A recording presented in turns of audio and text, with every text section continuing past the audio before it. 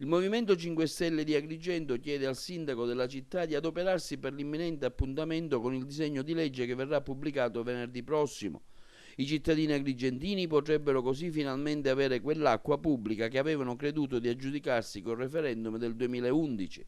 Il nostro portavoce regionale, Matteo Mangiacavallo, ci ha messo a conoscenza del fatto che nel disegno di legge la scappatoia c'è, ma vale solo per 90 giorni. Dunque entro i prossimi 3 mesi il sindaco di Agrigento avrà la possibilità, mediante una deliberazione motivata, di abbandonare Girgenti Acque per gestire direttamente o in forma associata con altri comuni il servizio idrico.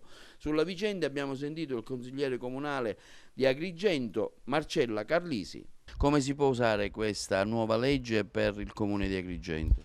Il sindaco può fare una delibera e sganciarsi da Girgenti Acque, si può consorziare con altri comuni possibilmente vicinori e quindi diciamo ridare ai cittadini la sicurezza di un'acqua pubblica con il controllo pubblico e quindi delle bollette meno esose, si spera, e meno disservizi, quelli che attualmente patiscono tutti. Noi come Movimento 5 Stelle Agrigento assicuriamo alla popolazione che faremo un pressing sul comune perché entro questi 90 giorni questa delibera deve uscire. Ecco, il vostro ruolo di opposizione verso l'amministrazione Firetto finora è stato netto. Quali sono i maggiori punti che contestate al sindaco?